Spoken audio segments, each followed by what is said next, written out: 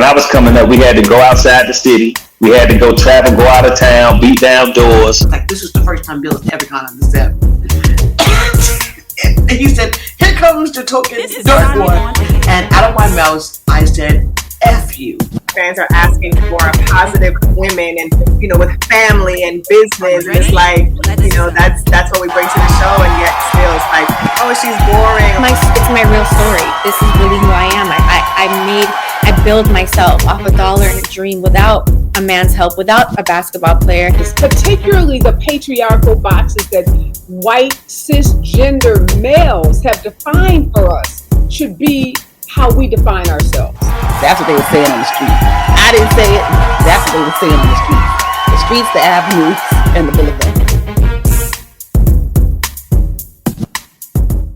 Welcome, everyone. You are now tuned into another amazing edition of Sanya on Air. I'm your host, Sanya Hudson-Payne. And before we get to today's episode, I need you to do me a favor. I forgot to mention this early on in the last episode. Make sure you subscribe. Subscribe to Sanya on Air Celebrity Interviews, where I unpack their pivotal moments and milestones. Sanya on Air streams across every major streaming platform. If you're watching this on YouTube, not only subscribe, but make sure you hit the little notification bell. That way, every time I upload an all new Sanya on Air Celebrity Interview, you'll be the first ones to know. Now, today's guest, super excited, because if you caught the last episode, a focus of my conversation was about Black owned versus Black targeted. So to keep in line with that conversation, I have the CEO of the For Us By Us network. You remember that? For Us By Network, FUBU. He is also one of the co-founders of the multi-billion-dollar brand FUBU. Let me just run off a list of his accomplishments, titles, accolades. Okay, like I said, his name is J. Alexander Martin. He is the founder and executive vice president of the billion-dollar apparel brand FUBU. He's a TV host and producer, public speaker, personal branding consultant, creative director, author, humanitarian, and like I said, the CEO of For Us By Us. That's a lot. That's a lot. He's working hard. I wonder if he married. That's another topic. That's another topic, okay? Black man at the head of the business. What I'm really interested in knowing, because remember, FUBU was a leading brand in the 90s. That was the era for Black-owned fashion brands. We have brands such as, like I said, FUBU, Baby Fat, Cross Colors. Who remembers Cross Colors? I wasn't a real fan of Cross Colors, but I digress. Aniche, loved Aniche. Loved it. I have a funny story about the Aniche brand, but I'll save that for later. Another Black-owned brand was Karl Kani. What happened to those brands? Is it because the white corporations just said, you know what, y'all making a little bit too much money, and we just have to dismantle and dissolve and disenfranchise those brands? But now we're really seeing an emergence of Black-led designers. So there's space for us, but I'm wondering, is the market becoming oversaturated? Because we're at this point now where if you're saying Black owned, it just becomes like a buzzword. People are not trusting Black owned brands. I just want to know why. If we don't support Black owned brands, how can we lead narratives, conversations, set trends, be icons? So, with the dissolvement and disenfranchise, child, that's a SAT word. Disenfranchisement. Is that a word? Of these Black-owned brands. What happened to them? Now, going back to Black-owned versus Black targeted. First of all, let me turn off because I don't know if you hear my phone going ding. That's the text messages coming through. So, Black-owned versus Black targeted. So there are two leading, I don't know if they're leading, but yeah, when I talk to the Black folks in them, there are two stream platforms that the culture is always talking about. The first one is Zeus, Yes, that is Black owned by Lamel Plummer. I believe that's how you pronounce his name. Now, he's always been in the industry. His father was in television years and years and years ago. This is the fun fact. So, Lamel Plummer, his father also started the Christian network with Jodeci singer, what is it? Mr. Dalvin's father. Did you know that? Yes. Even though Mr. Dalvin turned into a gyrating, pelvic thrusting R&B singer, his daddy was heavily involved in the church. So that's a fun fact. So on Zeus, you have shows such as Baddies East, Jocelyn's Cabaret, or in the word of the Puerto Rican princess, Jocelyn's Cabaret. Then you have Krishan and Blueface, Crazy in Love. Now, how many of you are paying every single month for streaming of Zeus? Me. Me. I'm in love. I'm in love with Ratchet TV. Don't get me wrong. But you better believe that after that, I am listening to Roland Martin. I'm turning to the Griot Network. And I am just making sure that my mind is being fed and fueled. Let me tell you why I stumbled off the word fed, because it involves food. And you know I'm a foodie. I wake up like, what am I going to eat for dinner? What am I going to have for lunch? So anything that has to do with eating, something happens where times just stop and my mouth starts watering.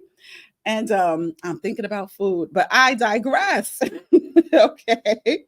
So Zeus Network, like I said, it is leading in Black owned and also Black targeted television. But what my concern is, sometimes the lines become blurred. Now, for example, there's another streaming platform that is leading the streaming platforms for Black targeted content. Tubi. Did you know, with all of the Black content, you could stream My Mama Got an EBT card, My Baby Daddy Got a New Baby Mama, Dirty Mattresses and Pissy Stairways. All of that is on Tubi. Black targeted content. But did you know that Tubi is owned by a major white corporation, Fox? Now, we know Fox is led, driven, shaped by the Republican Party. So there is intentional messaging just to make sure that the content that they are producing for us is dummied down. It is a master designed plan, and we cannot be fooled at all. Yes, Tubi is owned by the Fox network.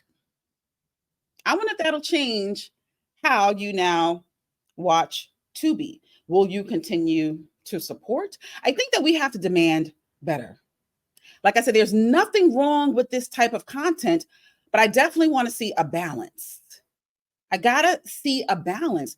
Just imagine, if all day long, place a child in front of a television for an entire day, and then the same thing the next day, for weeks, for months, for years. And all that child is listening to and watching is shoot 'em up, bang, bang, gotcha.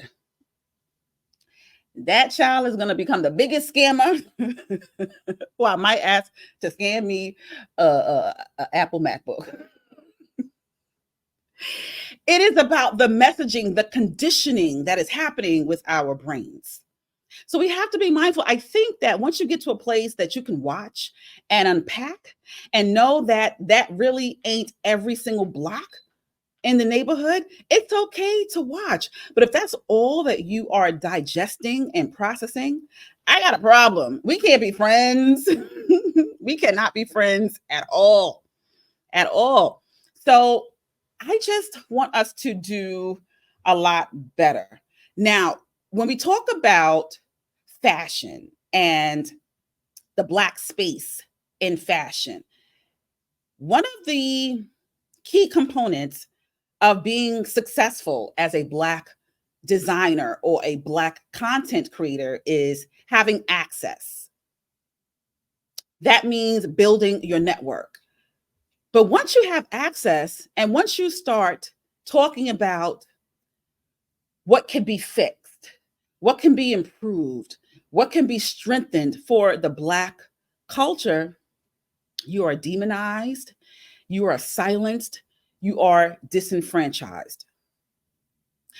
Look at what happened to Dapper Dan. Now, if you don't know who Dapper Dan is, but if you are from NYC like me, you definitely know who Dapper Dan is. So Dapper Dan back in the day, in the 80s and 90s, what he used to do was take Gucci inspired clothing. Okay, he would use their logos and he would create these amazing outfits for entertainers, those who are rappers, those who are celebrity athletes, and also the local drug dealers too. They were wearing Dapper Dan. But as soon as Gucci found out that this man was tapping into the money bank, they silenced him. They silenced him. And then they started copying off of his designs. And guess what? The Black community said, no, no, no, no, no, no, no, no, no, no, no. I just had to do that. The Black community stood up. And Gucci could not deny it. Gucci then hired Dapper Dan. I forgot the title. I don't know if it was some sort of like creative consultant, but they gave him his propers. They gave him his respect.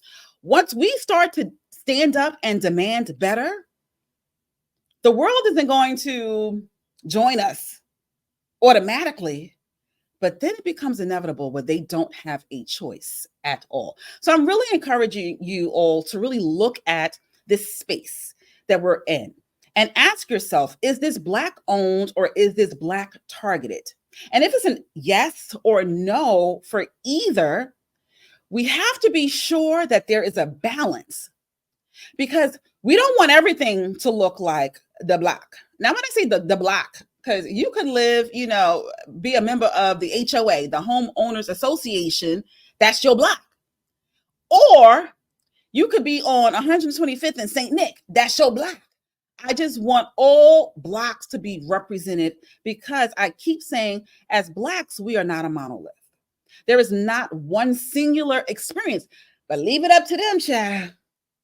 Leave it up to them. We are all just slow singing and flower bringing. Swing low, sweet chariot. We are only one day removed from slavery. And how dare you just try to get ahead in life? How dare you? But we have the audacity, we have the fortitude to keep pushing, to keep challenging the culture. So I encourage you to keep doing so. So we're going to take a commercial break with Instacart. Make sure that you do all your shopping with Instacart. And we'll be back with J. Alexander Martin. Can I just run off his credentials again? Let me get his Black man, his propers. He is the founder and executive vice president of the billion-dollar apparel brand FUBU, TV host and producer, public speaker, personal branding, consultant, creative director, author, humanitarian, and the CEO of For Us, By Us Network. I'm going to be honest real quick. When I started watching, I started watching his posts on Instagram. I follow J. Martin Alexander on Instagram, and I saw when he was launching For Us, By Us Network. And I was a little concerned. I was a little bit concerned because it was just too much fisticuffs. It was too much fisticuffs and potential yeast infections. It was just too much for me. So I just want to know, is there going to be a balance? What new shows is he thinking about launching? If we have people who are socially conscious and they are content creators, how can they deliver their content to you to vet and to place on the For Us, By Us network? So we're going to have a very meaningful conversation in love. This is what we do as a people. Even though we have questions, even though we may disagree, we have to find the common place where we do agree and expand on that. on this show, while I unpack celebrity pivotal moments and milestones, like I'm not going back and forth with anybody. I have an opinion, you have an opinion, and we're all smart and we can just exchange ideas and thoughts. So I'll be back. Stay tuned to Sanya. And don't forget to subscribe. I'll be back with J. Martin Alexander. Shop eligible items on Instacart and get $20 off an order of $35 or more when you check out using your FSA HSA card. You can do this all in 3 simple steps. 1, add your FSA HSA card. 2, shop for eligible items. And 3, check out with FSA HSA using the special code. Now let's get to shopping. Hi, Jay. Hey, how you doing? Sorry. Hello. How you doing? Can you hear me? Oh, no problem. Yeah, I can hear you perfectly fine. I was dealing with Wi-Fi issues on this end, so everything worked out just fine. Okay, great. Now, do you prefer to be called Jay or Jay Alexander? Which do you prefer?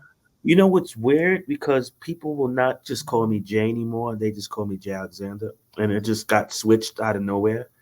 So it's a history of my name, but you do what you feel. Because people think my last name is Alexander, but it's really Martin. So they'll just say, but then now what they'll say is because it's just the letter J, they're like, that doesn't make sense. So his name must be J Alexander, 2 words. So I listen, hey, or 2 letters. Because my first name is just a letter. So whatever. It is. Really? Whatever you feel. Yeah. Wait. Your first name is just a letter? That's it? Yeah. Okay, what's the story behind that? Because I've never heard of that before. Like at birth, when your parents like pick a letter of the alphabet. Okay, we're just gonna name him J. Nah, so I was adopted, and when my family finally like fully adopted me, I was going back and forth with my adopted parents, adopted mother. The father wasn't around. She was beefing with the father. Long story short. She would put me in foster care, take me out, put me in, but the same family kept taking me until the mother that I have now, which that's what I call mom, period.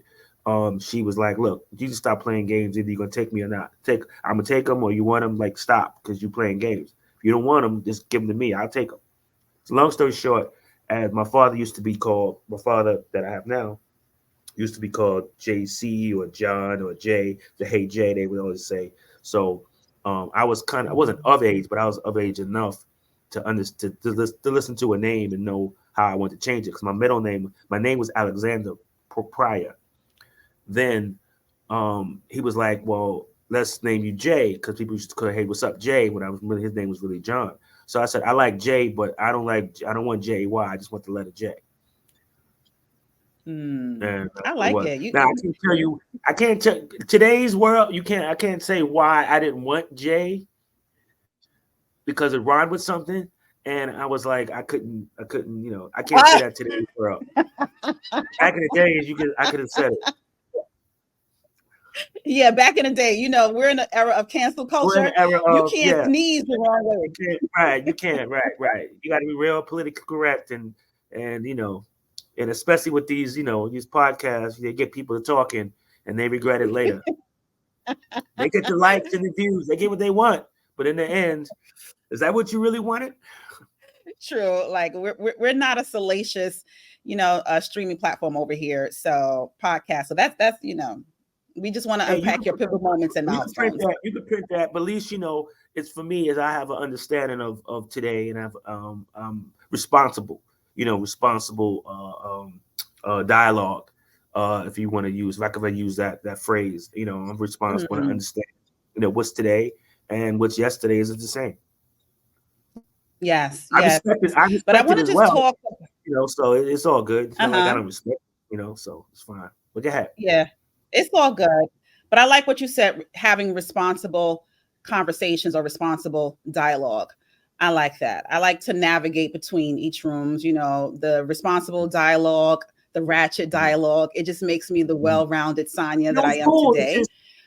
It's cool. It works. It works. I mean, again, but you started responsible, the truth is the truth. So then regardless of what it is or what happens or what happened or what I'm saying, it's the truth. That's what happened. That's why I said it. But you can't. There's no such thing as uh, um, how you say this. A lot of times people want to put their opinion in it and call that truth, and that's not truth. Yeah. What you Yeah. feel it doesn't really matter. What's the Yeah. truth is what the matter is. So it is all. So true. But this And is an again, I era was where, 10? I was 10 when I said it. What do I know? right. And they're still holding you responsible today. But Right. we live in an era where opinions are translated into fact. No one's checking anything anymore. If someone said it, then they hold validity to it. But what I do know is true is that we both grew up in New York City. You're from Hollis. I'm from from Brooklyn. No, I didn't just say I'm from Queens. I'm from Brooklyn. And growing up in an era such as the 70s, the 80s, and the 90s, you couldn't help but be inspired by something. There were so many things pouring into the culture, from the music, from the fashion, from the television shows like Soul Train. Now, when you think back on the 70s, 80s, or 90s, who or what in the culture inspired you to tap into fashion? So fashion, of course, was always around us. However, Yeah. we took something and wore it, that didn't really mean, like if you took, let's say, use the case in point, uh, Western wear, or you took like outerwear that you would go to hiking with, and we would take it and kind of transform it into us. Like we had stores like Models and things like that, and stores, it wasn't really super expensive as far as the items concerned, but we would take pieces and pieces and put it together and do it our own way, or take the jeans and put the thin line down the middle, permanent creases, things like that. We would just elaborate on it, each garment in our own little specific way. As me growing up in Queens, I lived on the border between between Hollis and Farmers. So, I was kind of inspired by, the drug dealers and fancy cars and how everyone from all the different boroughs would come to this place called The Rock and talk. And I guess they would negotiate what they're doing, or just kind of stand around and just, be out there and congregate with each other. I think was a little more business going on than just congregating, but it is what it is. So you would see that and you would be inspired, like, wow, he has a fancy car and he has this and has that. Now you can go home and say your mother, father are responsible human beings and say, listen, don't even think about doing something like that, because I know what you want. Every kid wants to be it, or be a rapper, or be whatever, but you got to do it your way, and you got to do it the right way. So long story short, I just feel that, the culture as a whole, what you see, what people wore, my Adidas, things like that. It just all inspired me in a collective. Me changing my clothes 3 or 4 times a day, things like that. Trying to get the hottest, the latest thing. And again, I think it's innately in us to always want to market ourselves, brand ourselves in a light that we are all doing well. No one wants to show themselves not doing well or looking good. So even if it's the knockoff of the hottest thing, you're still going to try to figure out, how to make it look good and look good and be that, because of that, you wasn't getting the girls. Yeah, that's true. We weren't getting the guys either. We didn't look fly. But with so much inspiration, just channeling your vision and your goals, how did FUBU come about? And did you have any other names before you landed on the name FUBU? Well, so I never take credit for coming up with FUBU. I give that to the Holy Grail, to Damon John. Prior to me, now Damon John, on Shark Tank, he created the name. I came home from the military. I was in Desert Storm, Desert Shield. Got out on a 50% disabled back injury. I got about $6,000. I went to his house because we were childhood friends. We went to college. We went to not college. I'm sorry. We went to junior high school and high school together. And he still lived around the way when I came home. I wound up hooking up with him. I went to his house. I remember like yesterday, he had this little counter. As soon as you walk in the back door was the kitchen. And I was like, wow, we sat there and he was like, I saw this hat sitting there. And he was like, oh, I made these hats. And, it was a tie top hat. It was in for a little while and it was out. But one of the guys around the neighborhood was in design school, and he was a graphic artist. And he wound up creating a graphic based off of the concept of them sitting around the table saying, hey, we need something that's for us, by us. And since that's how the name got started. And then when I came in, I saw it. I was like, okay, what are you doing with this? Oh, nothing. This is dead, And I was like, no, it's not dead. Let me help you take it just to the next level. And he's like, well, how can you do that? Well, I have some money. Here's some money. And 2, I'm going to fashion school and I'm working at Macy's at the same time. So I really wanted to be in the business. And it was just something like, I just said, look, I'm good at this. Like I'm good at foreshadowing what people want to wear. And I'm good at dressing as well, styling. So let me take a stab at it. But I kind of knew that it was going to be what it's going to be because I believed in myself and I knew what I could do. Got it. But that's such a layered conversation and experience, just talking about the process. But another part of that experience is the feedback that you received from your family and friends as a Black man wanting to design and create clothing. What was the response that your friends and family gave you as a Black man entering fashion? Well, again, most in those times, traditionally, you were supposed to be a doctor, a lawyer, or a plumber or something like that, but pick up a trade, fix cars or something like that. Cars, not really my thing. Lawyer, that's too much school, and my father wasn't going to pay for that. So I just felt like I was more into the arts in some kind of way. I just didn't know which one it was going to be. At one time, I just decided to myself, hey, I'm really good at knowing what people like. So let me try to be a buyer. And that's what I was focusing 100% on. And it didn't come to fruition, which is great because I wound up, doing this FUBU thing. Nice. But what I do know and understand from talking to other Black designers is that oftentimes that once we get into the room and we have access, oftentimes we become disenfranchised. Now, I remember walking into Lady Dr. J's specifically to buy FUBU gear, but I always thought about what was the process to get a brand like FUBU into these major retailers. Talk about that process. I mean, the process all starts with the actual buyer or, your salesman. Coming into this business, we had to, kind of crawl before we walk. It wasn't about, having, sales of up and down, $6 billion of sales. It was, hey, listen, if you have a great item, please take it and put it on consignment, which means if it sells, you give me money. If it doesn't sell, I'll give it to you, give it back. But, it was all about the marketing and pushing the brand, and to the point where, of course, LKJ helped us very much, and in that feat. And getting it out to the stores and letting people know that this is the hottest thing, getting the music video.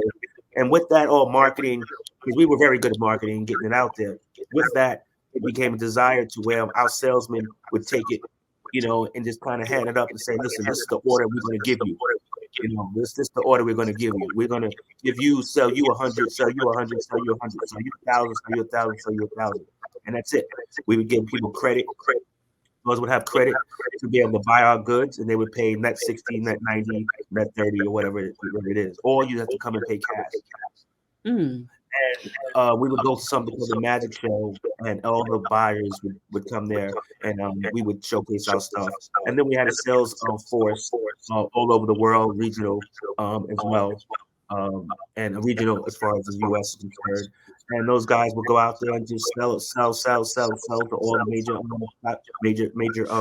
retailers. Wow. Okay. Well, you described the process, and for someone listening, they may say, "Oh, I could do that." But let's talk about the number of no's that you received. Did you receive a lot of no's before you got a big one yes? Well, we were lucky. My nose wasn't necessarily when it comes to selling. My nose was it when it comes to actually manufacturing in the beginning of just trying to figure out the business. Again, there wasn't the internet. You know, there was just go to school, ask your teacher, or read a book, and that's it. You know, so you had to, you know, go in there and really. And I say this to say that I failed a lot of classes because I did it one way and it worked. Where the school would say, "Oh, this is where it worked. This is how it's supposed to happen," and we would go back and forth and fight. But again, I guess my answer was right. So I could probably teach now at this point. If I think about it. But you know, I guess really to really focus in on your question, there isn't really that many no's because again, our product was. We made it so hot that you had to have that product. We got it in certain shows that, oh wow, I really want that, and then we held it back from the consumer to where everybody was clamoring for it. So when we finally let go and got what Samsung as a distribution point, a vehicle, then we was able to get to everybody. Everybody was like, "Look, our father got it," and it just kept going up from there. Wow. Yeah, everyone had to have FUBU. I mean, like I said, I would faithfully go. It's almost like you limit your distribution. You limit your distribution to create. That makes sense. That definitely makes sense. But then, you know, we talked about how FUBU was so hot and it was flying off the shelves. And we saw LL Cool J and then other rappers wearing FUBU. And then we didn't see FUBU anymore. What happened when we didn't see FUBU on the shelves? Well, again, I mean, after a while, there's, you know, just like business, life business, you know, things go up and things go down. Bird curve, it goes up and goes down. It's life, you know, in any business you have, you know, you're never going to be, you know, going up and keep going up. It's going to stop somewhere, you know? Yeah. And that's kind of what happened. I mean, you know, our customers grew with us and to the point where they grew. And then maybe that kid didn't turn around and say, I want to wear what my mother, father wear. They want to do something else. You know, it became a more individualistic, you know, viewpoint when it came to our fashion. But contrary to, you know, other brands, as far as the high-end brands, and we were high-end just as well as they are, and we have the same amount of sales as they are too. But people just didn't make that correlation at one point. I think that what transcended more so with us is our name, as far as buyers concerned. I think that turned and that kept going. But the FUBU part is the stolen part kind of slowed down. Although we've never, you know, missed a beat when it comes to overseas. It's just, you know, if you look at the marketplace and demographics, psychographics of the actual African American community, they, you know, on something today, on something tomorrow. So it's going to take. It's taking now as far as now, you know, my business is actually flourishing a lot more than it was years past, because I think there's a renaissance of people wanting to actually, you know, live that for us by us mantra as we had it years ago.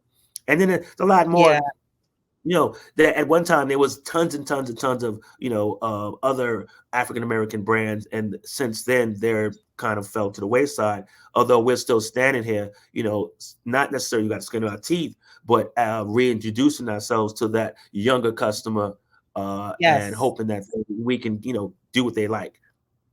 Yeah. But and still I did maintaining that older customer that understands the vintage and what we used to do and how we used to do it. Yes, I definitely agree with that. I have a daughter. She is 28 years old. And I remember seeing FUBU at Forever 21. And I was like, oh, wow. And I had the conversation with my daughter about, you know, FUBU shaping my era, my heyday when her mama was in the streets and, you know, introducing FUBU to her now. So it was like cross-generational conversation, cross-generational fashion. So it was great to introduce FUBU to my daughter. You know, and we don't see those other brands, Baby Fat. Well, Baby Fat is starting to make a reemergence, but those other brands, Karl Kani, we don't see them this generation talking about that fashion. So FUBU has really become a cultural phenomenon. That's a culture, yes, definitely. And again, you know, you bring up Karl Kani and Baby Fat, things like that. Karl Kani I've seen recently. He's still out there, still doing some stuff. But again, you know, we was able to, our marketing was just beyond comprehensive. it's just, it's just that good. I mean, again, to us, to the point where we're in museums and we have wax figures of ourselves and we're in textbooks and things like that. No one as of us has been able to do that since then, and probably won't. But again, we've been in business for 30 something years. So, to beat us, you got to be in longer than that, and doing it in a consistent way. Not necessarily if you're just still here and you're selling a few items here and there, or you're popping up every once in a while when, people in Black History Month, or you're popping up when somebody wants to do let's say a party and with a 90s theme or something like that. No, I'm talking about consistently there, providing goods every season and being in the business. But a lot of times, a lot of people, if you see a lot of these brands that came in where they had a spokesperson and it was like maybe this rapper's line or that rapper's line, a lot of times that was just a company that came in and said, hey, let me use your name and license your name or whatever, and we'll call it your line. So it's really, again, always go back to telling people it's the fashion business, and I was actually in fashion. I actually went to school for fashion, so I'm invested differently. You can't just say, it's not about just going online and going, okay, I want to start a line. Okay, yeah, you can try to do that. But again, that's like me giving you the answer to the test, but you can't prove your work. Right.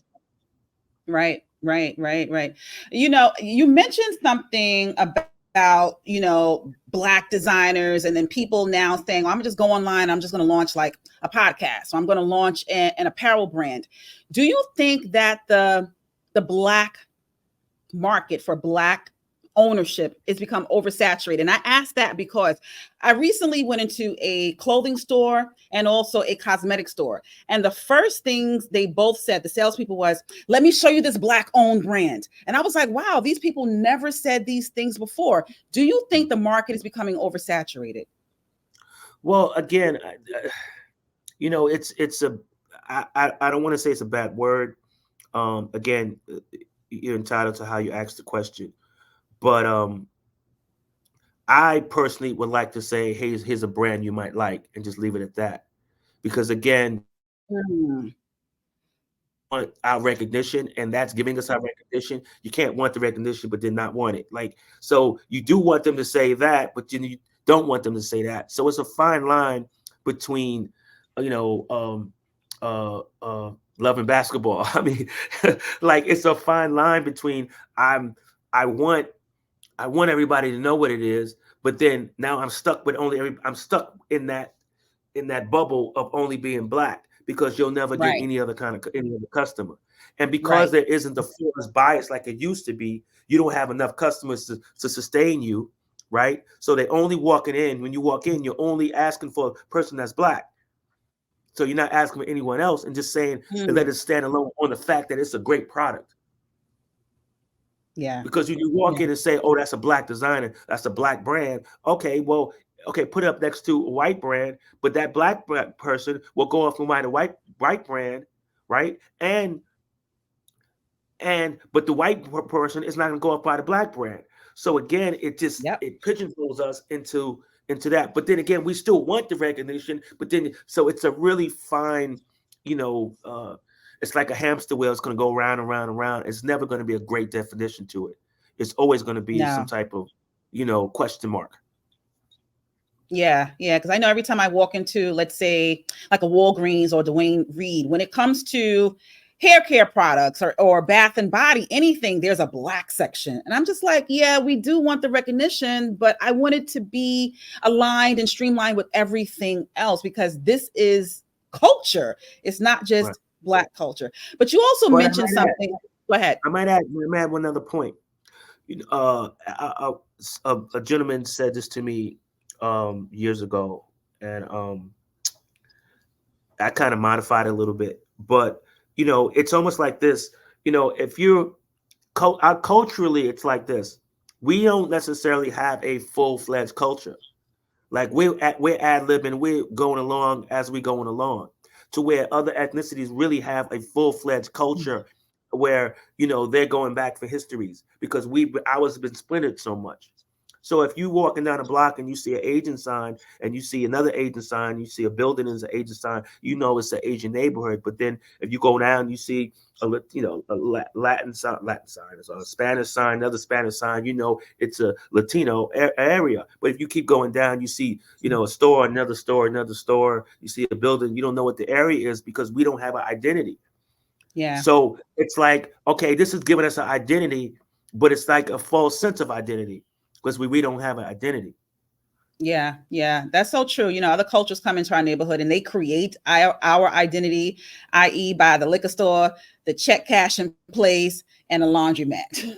Right. It's always and also Martin Luther King Jr. Boulevard. That's always in the Black community. Right. And once again, it isn't us shaping our experience; it's other nationalities coming in and telling us what our culture is. So, and what I want to talk about. What I want to talk about next is, and something that you tapped on, is Black owned versus Black targeted. And I think that we are in an era where we need to start to understand the difference and unpack the residue of each. And I feel that the streaming platforms and television, specifically when it comes to Black content, entertainment is becoming angertainment. And I'm really not liking the direction of it. And I'm specifically talking about the Zeus Network and Tubi. So, for example, Tubi, a whole bunch of Black content, but it's not Black owned. And I don't think a lot of people know that Tubi is owned by the Fox Network. So transitioning into your new streaming platform, for us, by us, is it Black owned or is it Black targeted? Okay, so I am Black owned and Black targeted. I guess I'm gonna take both of those flags. Yes.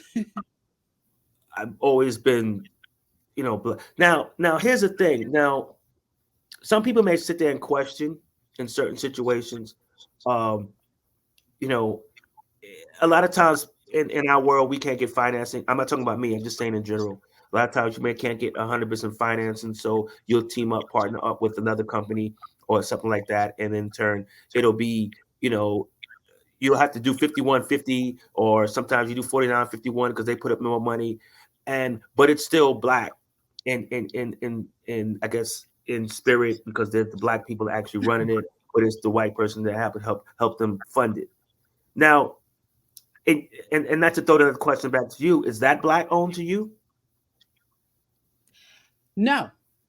If we have, let's say, like a white CEO or founder, and the content Black is just CEO, Black CEO founder, but a white funded. I think it depends on the equity of the partnership. If the partnership is more of the Black owned, then for me, yes, it's Black owned. But if that white partner is coming in and they are owning about 75%, no, it's no longer Black owned for me. Right. No, and only reason why I asked you that, because, and I'm glad you said that, I wanted to get that out there, because a lot of times I think when people have these conversations, they have these conversations in a vacuum, and most people just suck up what they hear, but don't really understand what they hear. They don't understand what they're just going off and going, oh, that's what such and such said, and they regurgitate it, and they don't really they don't know what they mean, right? So when you own a company, if you own more percentage, then you are the owner. You're the primary owner. Period. That's it. So I just wanted to make sure that was a point made. For me, for my streaming platform, I am, I have 3 partners. I am one. And I have we all split up our equity, so that's no problem. But when it comes to content, I have to do what people want. I have different demographics of people. It's called forest buyers. So with different demographics, people want different kind of things. Some people want natural. Some people want, we shall overcome. Some people want horror. Some people want, some people want sports and entertainment. I have to do it all, because that's what I'm stuck in a for us by us world. That's what I will be until I die. some people may go, oh, I don't like that programming. Okay, well, I have other stuff for you. But this is what I hate about what we do with each other. I don't like it. Did you watch it? No, I ain't watch it. I just don't like it. Well, did you watch it? No, I heard I heard the name. Well, I don't like it. Well, did you watch it? Did you even see it? Mm-hmm. No, it's like this. No, how do you know? Did you watch it? No, I didn't watch it. Well, do you know I have 50 other movies? Do you know I have feature film coming out? Did you know? Well, I didn't know all that. Well, you didn't tell me. Well, I didn't know you were still in business. Did you look? Right. You know what I'm saying? Right. You don't do your homework. You just listen to what somebody's saying, and it's undisciplined knowledge. Mm-hmm. You're giving out undisciplined knowledge because you're not really, you're just saying stuff just to be saying stuff. And I think on us. Are you froze? In retrospect, because froze? No, you're back. You're back now. No, you're back. It just froze for a hot second. Okay, I think social media is killing us in retrospect because it's giving us bite-sized bits and bite-sized pieces of entertainment that we're running on without fact. Because in theory, when you're supposed to be, everyone's a commentator and everyone's has a voice. But back in when someone really does have a voice and they're on the news and they're speaking, they fact check it. They just not gonna just spew out anything just because, and now that without any detriment. So I can go on and on about it. But no, I get it. I get it. And I definitely said that I was going to give the For Us By Us network a try. But however, like I did leave a comment on one of your social media posts about one of your shows. I believe it's the Side Chicks of something. Yeah. I'm not sure. And I did have a visceral reaction because I was associating For Us By Us, and I was thinking that there would be a little bit more socially conscious content. So when I saw the Side Chicks, I was like, what is this? Like I said, it gave me a visceral reaction. So can you explain for myself and also for my audience, what shows do you have streaming on the For Us By Us network? Well, again, yes, I do have a show called Side Chicks of LA and Side Chicks of Charlotte, and then I have a series of more of them coming. But that is for a certain demographic. That is for the people that love Zeus. But it's still not a Zeus. No disrespect, and I respect that man as far as what he does, what he's doing. Because again, I would never bring another company down to try to bring my company up. Although he has racy content, mine isn't as racy because I'm just a little more.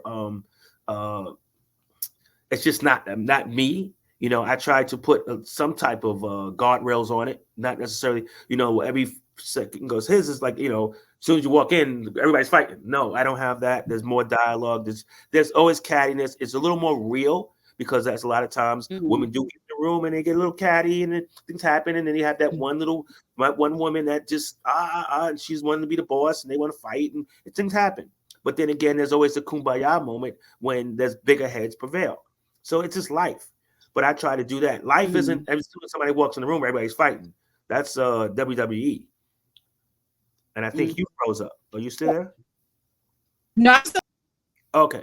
Nope, you're not. I'm going.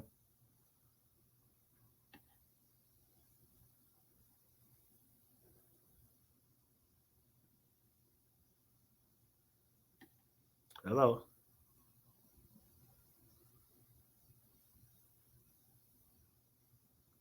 Well, I'm not sure if I'm still talking, or I'm in the audience, or I'm in the dungeon.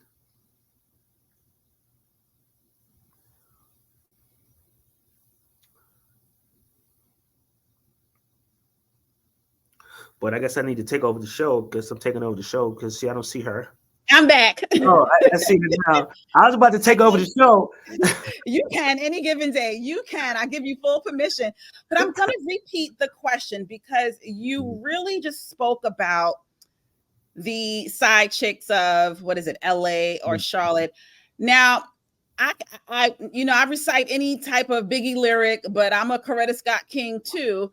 is there content for me, you know, when I want to kind of make sure that I'm feeding my soul and my mind and having these conscious conversations with my daughter before I turn back on Biggie? Can I expect content like that?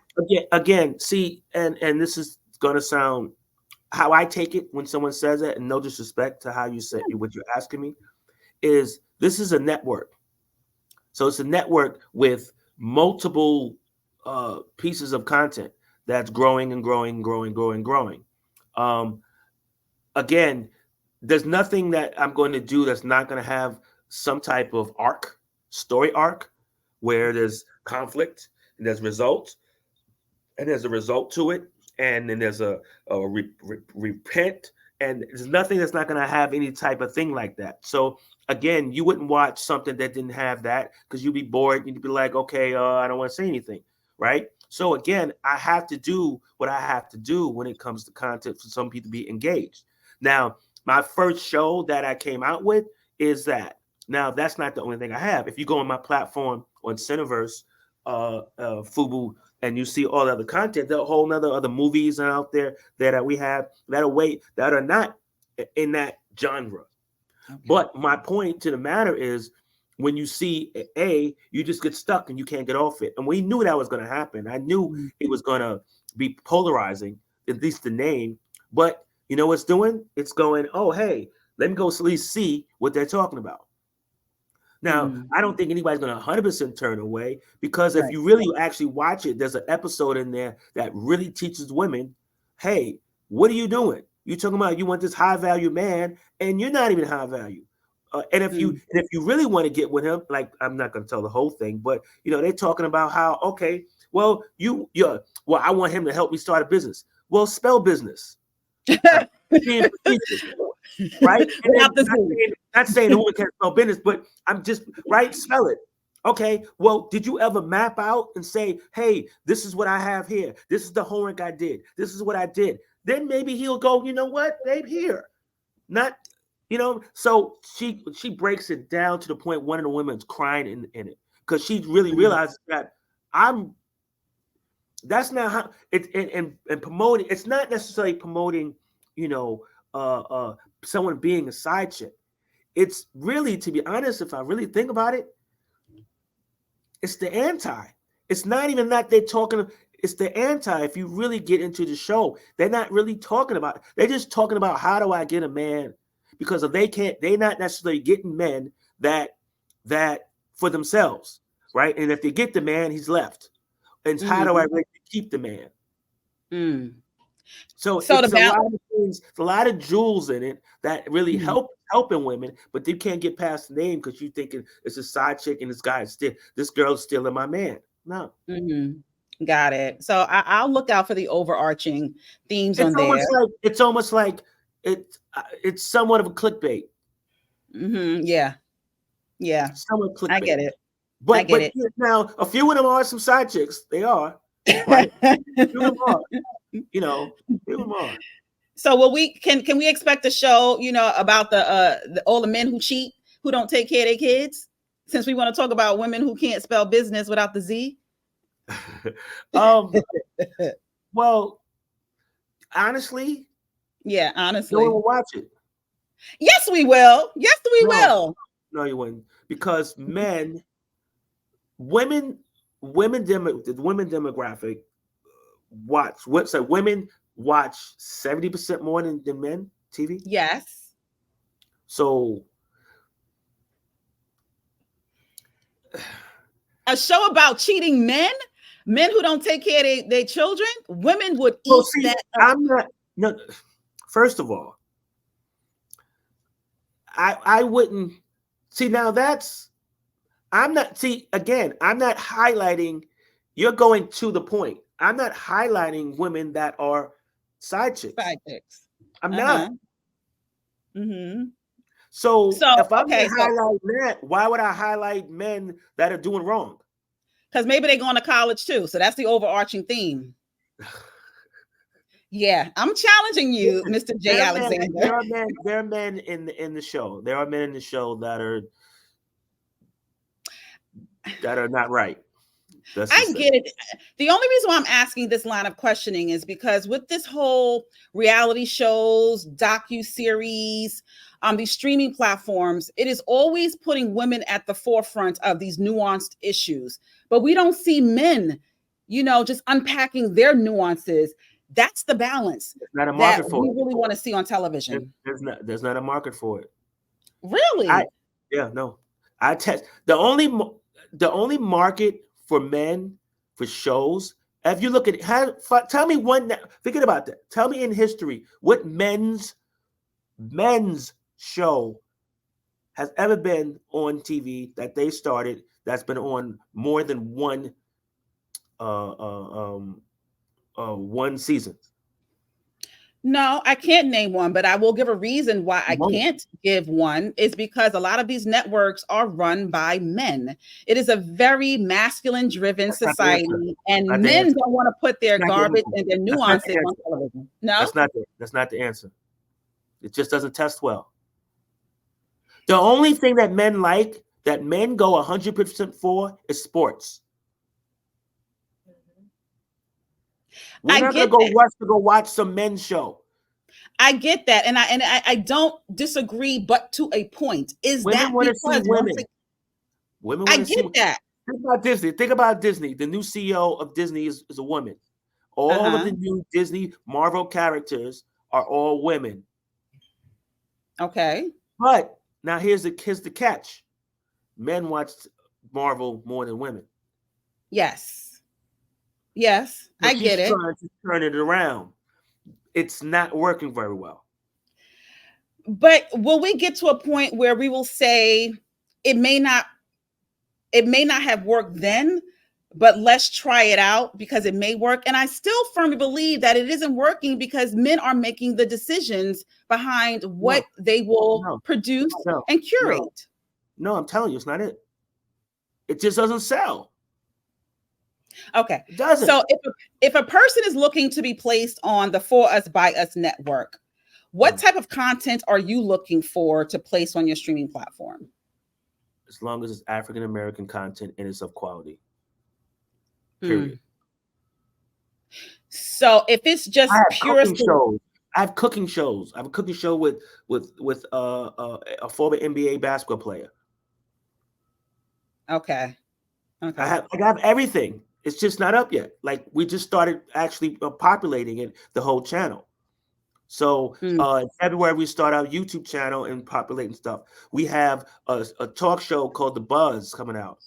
We have a podcast coming with talk podcasts from entertainment to politics. Like we have it all. It's just slowly coming out. But the first thing we put out was Side Chicks to get the draw. Got it. If I came out with Coretta Scott King Goes to Church, ain't nobody watching. Black Voices. What's called Black Voices. Oh, it's a show called Black Voices. The people there, and we're all talking about like right now. You think anybody rushing to come? Oh my God, I can't go. Wait to watch this. No.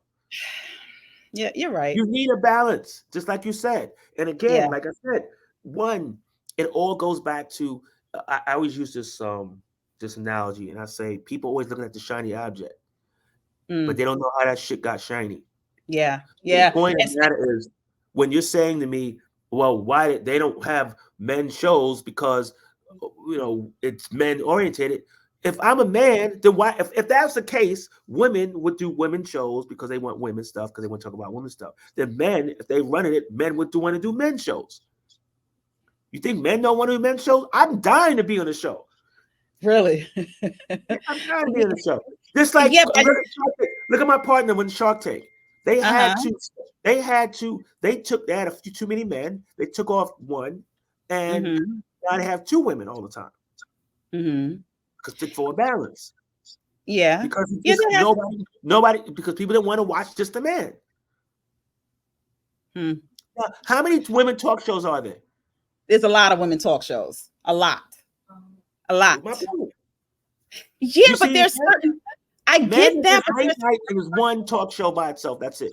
But you ever see a whole list, a whole four women, 4 men sitting there talking? If the content was right, and men not, were leading that content, I think that women would watch. They tried it. It failed and it failed and it failed and it failed. Just doesn't test well. I want to keep hope alive because it's like low hanging fruit for me. It's really telling the audience that we don't have a high EI in order to watch, digest, process, and share that type of information, that higher level thinking of information. And I just want us to get to a place where it isn't white noise.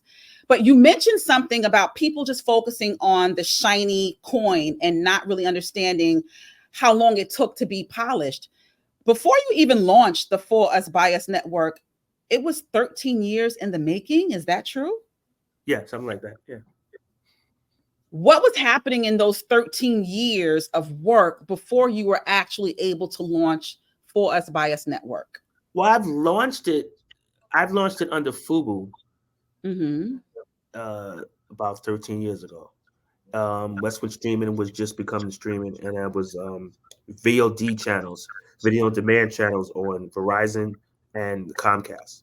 To this day, I still have the Comcast one. No, the Verizon one. Sorry. No, the Comcast one. Right. Okay. And that's how I actually got started in the business. And then I started understanding that streaming was becoming something. As you know, it's hard to get content. It's hard to get anything. So I was getting, random pieces here and there, but just to get it going and flowing. It was hard to get advertisers. And that was one of the primary things, to make any money, you're buying or you're leasing, content, or you're beg, borrowing, stealing content, but you're not making any money because you can't get any advertising because you can't get it up enough, get the viewership enough because of CPM, which is cost per thousand, and you only got 1,000 people watching. Now, eventually, you start getting better content. You start getting, your views up. Okay, but then they still would limit you, limit your viewership, so you really couldn't get that many people watching. So you could never really get any advertising. And if you got advertising, you would get, we wouldn't get primary ads. You would get ads that you'd have to place, and you get $1,000 here and $1,300 there, a month, and that's it. Like, what is that? That's not even doing anything for me. It's not even paying my bills.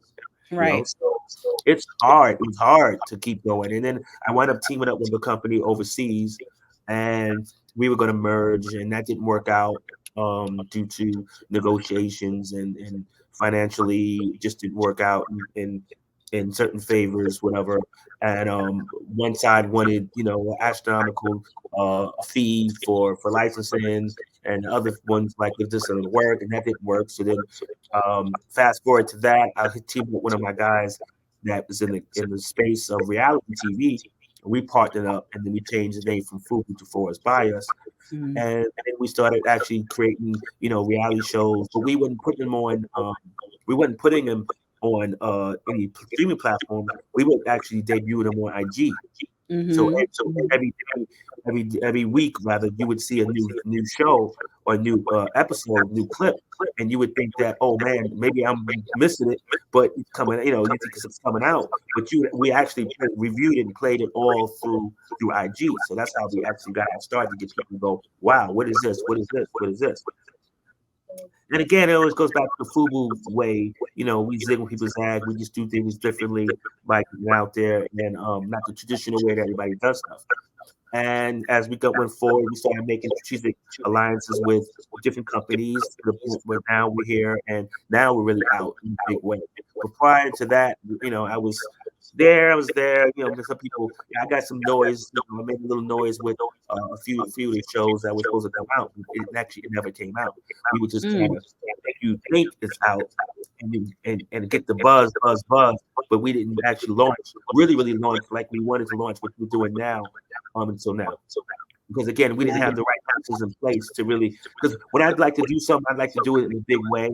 I don't like to do things small. I just think it's the FUBU way. Got it. But I'm glad that you talked about that process with the For Us By Us network and also the process behind FUBU, because in this digital space of social media, you have a lot of the younger generation thinking that things happen overnight. They don't work as hard as we did back in the day. They don't want to work as hard to get the benefits that we are now seeing today.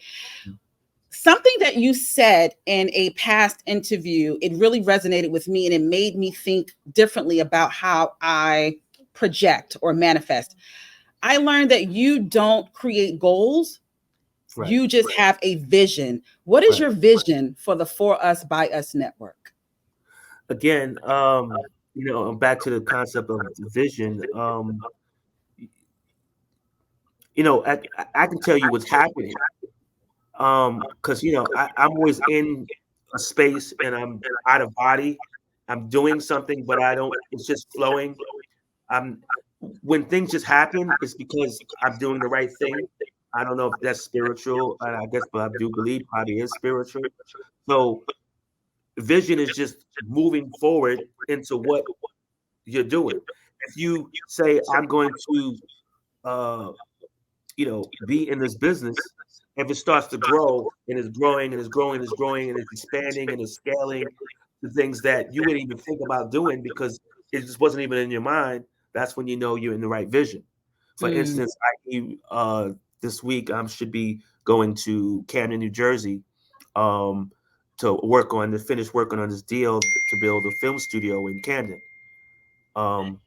So that's kind of quiet as kept, but it's not totally done yet. But looks like everything is gonna coming along. But again, when I first came in this business, I wasn't thinking about a film studio. I just was thinking about my whole thing about doing this was the fact that I needed a platform to get my clothes out and put it on artists and put it on TV and do commercials and put it and things like that. That's it. I just needed a way to advertise because everything was saturated, and I just needed an alternative way. And I never really thought. I don't want to say I never really thought, but I knew that this was going to happen. But I didn't know that these other little. Right, I signed last year a deal with BMG for a record label, a joint venture record label with BMG, to do shows, to do themed music shows, for television. I also can sign artists. I also have a publishing deal, huge publishing deal with them. No, I did not think that was going to happen because I'm only thinking I'm just going to make, I'm just going to get content from people, and then maybe eventually I can do, my own series or something like that. But no, that's when you have vision. When you have a goal. My goal would have just thought just to do A, and I just stopped. That's why I say vision. But again, You've given me a lot of food for thought, especially about, men being at the helm of the decision making and what they're creating and curating and placing on television. And then also redefining, setting goals and just having a vision, because the vision is much more expansive than the goal. So you've given me a lot of food for thought. Jay Alexander, thank you so much for this conversation. A man like you just doing amazing things. My book. Your book. What about your book? My new book, The Strength of Forced Bias. Talk about that real quick. Okay, so The Strength of Forced Bias is basically explaining what actually forced bias means and giving you examples of from our history, that explains what forced bias and how we've been able to achieve what we have achieved, and give an explanation of how we've been using forced bias for all this long. Well, we just don't know it. Yes, we have been using that for so long, to the point where it is just gaining so much momentum that it's becoming hashtags, forced bias, Black owned, Black led. And I'm loving this space. I'm glad that you wrote a book about it. Where can people purchase the book? Amazon. You can go to Amazon or your local bookstore. You have a lot of moving pieces to your life, Jay Alexander. Are you married? Married? No, married, no kids. Are you looking for a wife? What's funny? What I always say after that is no kids out of wedlock. That's how I am. I have no kids out of wedlock. I'm not married. I'm having kids. See, we need a show like that, okay? That's called what's that called? What's the dating shows called? That's what that's called. That's the only man. That's the only man-based show you can have. That sells. That sells, exactly. See, I just gave you an idea. Look. Well, Jay Alexander, is there anything else that we haven't covered that you would like to share with my audience before we close out this conversation? I guess where you can find me, jayalexandermartin.com. The letter J, alexandermartin.com, has all my social media. But just to tell you, I guess the primary social media would be IG, which is J.Alexander Martin. Or Facebook, J. Alexander Martin, LinkedIn, J. Alexander Martin. And I always like to mention LinkedIn because I think that that's not used enough in our society and our community. Yes. And I think that should take over the IGs of the world, because that's what we really need to be focused on more so, yes, instead of entertainment, or just balance it off a little bit. Yes. Because that's the boardroom. IG is your magazine, and Facebook is your glorified email.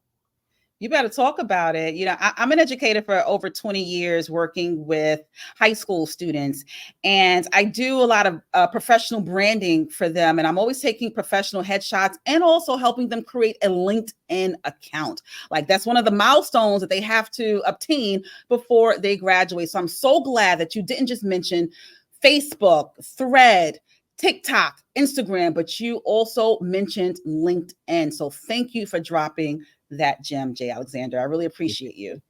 All right. Oh, one more thing too. I forgot to share with you. There's a show that you have. I'm not sure if it's out already. It's about a family. I believe they're in Texas. Williams family. Yes, that's my daughter's friends. That's my daughter's friends. Are you kidding me? Steve Small World. Oh, could I play that one though? Is that one fine for you? We'll talk offline because I saw the fight in the living room. No, yeah, but yes, my son went to college with my daughter, and then he called her on the phone. Yes, Small World. Yeah, but that's someone's family. Family is that's family. That's real. That's the real family. That's how it works. It is, and I like the premise of that show because it reminds me of my family. If my family gets together, somebody's going to get hit with a tire. Somebody's going to get cursed out. Somebody's going to the emergency room. But it's all love. It's all love. It's all love. Well, Jay Alexander, thank you so much. This has been an honor. I'm so full from this conversation, and even meeting you, because you have been so inspirational to so many people, starting from me in the 90s, going to Ladies Dr. J's and getting my FUBU gear. Continued blessings to you. Thank you. Thanks for having me. No problem. Take care. Bye-bye. So there you have it, ladies and gentlemen. Jay Alexander Martin. I'm waiting to get to the part of the conversation where I was really questioning the For Us By Us network. And, there are so many things. There are things that I'm like, okay, I agree. Yet there are things where I'm saying, let me think about that a little bit more. One thing that I definitely can agree with is, we see the shiny coin, the shiny penny, the shiny quarter, whatever it is. And we just focus on that without really unpacking what it took in order to become a shiny coin. People will dangle that shiny coin in front of you and it distracts you. So on Jay Alexander's Instagram page, he was dangling the shiny coin. And just like Get Out, I got caught in the matrix. I got caught in the trap of, is this the only content that I'm going to see? And this is why I invited him on the show, because I really wanted to have the conversation about how can the For Us By Us network just be about Shanae, Buquisha, and Raheem? But I'm glad that he has additional content that really unpacks the different layers of the Black experience, the different layers of our culture. We just got to go in and see all that is available for us.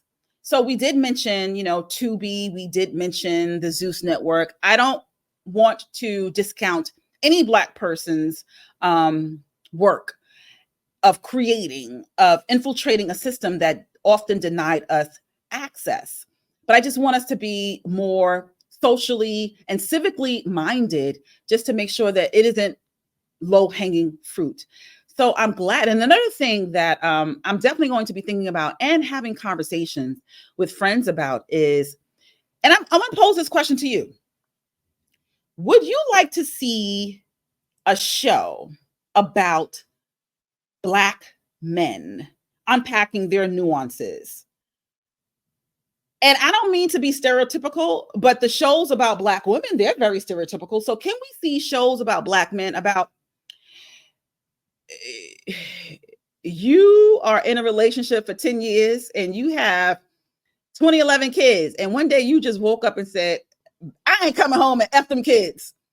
And then you go off and you start a relationship with someone else. Or you're in a relationship with her, and him too.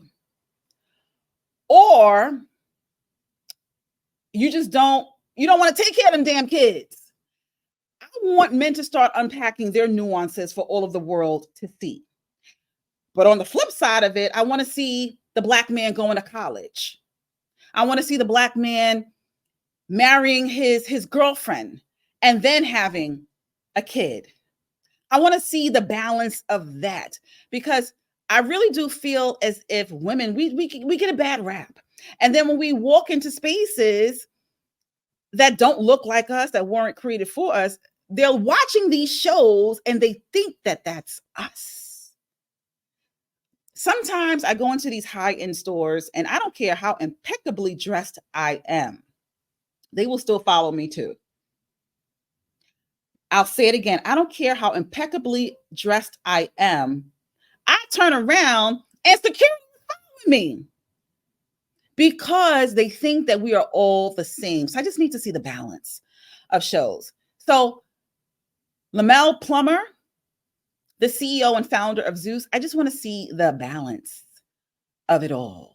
I don't have a problem with Jocelyn's Cabaret. Have no problem with that. Have no problem with Baddies East. No problem with it. But I also want to see another part of Black culture. I want to see women in the room talking about business ideas and creating partnerships and banding together to collaborate in order to strengthen their brand strategy. I want to see that in addition to the tomfoolery. Because we all deserve a little white noise every now and then, but I don't want it to be the driving force that's shaping our culture. So another great conversation, this time with J. Alexander Martin. Let me just run off this Black man's credentials again. Get my paper, because I'm going to get this right. He is the founder and executive vice president of the billion. Did you hear me when I said billion? $1 billion apparel brand FUBU. He is a TV host and producer, public speaker, personal branding consultant, creative director, author, humanitarian, and the CEO of For Us By Us Network. I'm definitely going to cop his book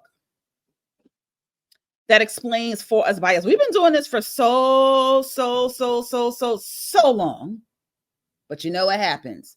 We create things and then people just take it from us and remove our names as if we never created it or had a part in creating it. So we've been doing this for so long. Don't even let me talk about the things that came out of slavery. No, about how they gave us scraps. And we turned those scraps into cuisine. Sometimes I go to Sylvia's in Harlem. I love their vegan collard greens. And I'll be standing online with the fluorescent beige people. Talking about, can I have some candy yams? Let me go before I get into trouble. This has been another amazing edition of Sanya on Air with my special guest, J. Alexander Martin. Make sure you subscribe. And if you're watching this on YouTube, not only subscribe, but make sure you hit the notification bell. That way, every time I upload an all new Sanya on Air celebrity interview, unpacking their pivotal moments and milestones, you'll be the first ones to know. Smooches, dolls. Take care.